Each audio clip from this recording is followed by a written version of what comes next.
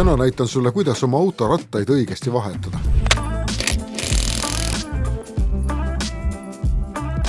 Kõigepealt vaatama rehv hoolikalt üle.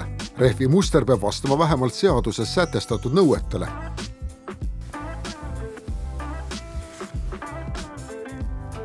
Märgi rehv enne ratta mahavõtmist, et oleks alati selge, kus see oli paigaldatud. Kõigepealt keerad rattapoldid lahti löökmutterkeerajaga. Pärast seda saad auto tungravaga üles tõsta. Seda järjekorda järgitakse selleks, et teha üles tõstetud auto juures võimalikult vähe tööd.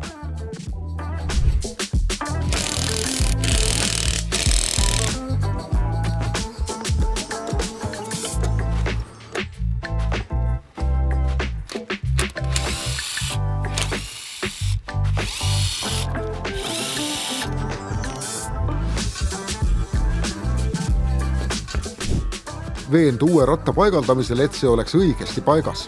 Keera seejärel esmalt rattapoldid käsitsi või 12-voldise akunarre võtmega sisse. Pinguta seejuures alati järjestiku vastakuti olevaid kruvisid, et vilg ei läheks kiiva ja kinnituks ühtlaselt. Kui ratas on paigaldatud, saad auto alla lasta ja seejärel keerata iga polt momentvõtmega ette nähtud pöördemomendiga korralikult kinni.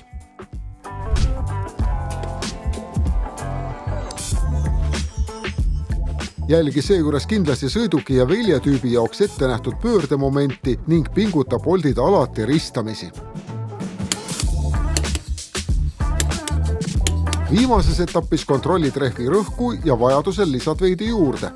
Õige väärtuse leiad kasutusjuhendist. Tee seda ise.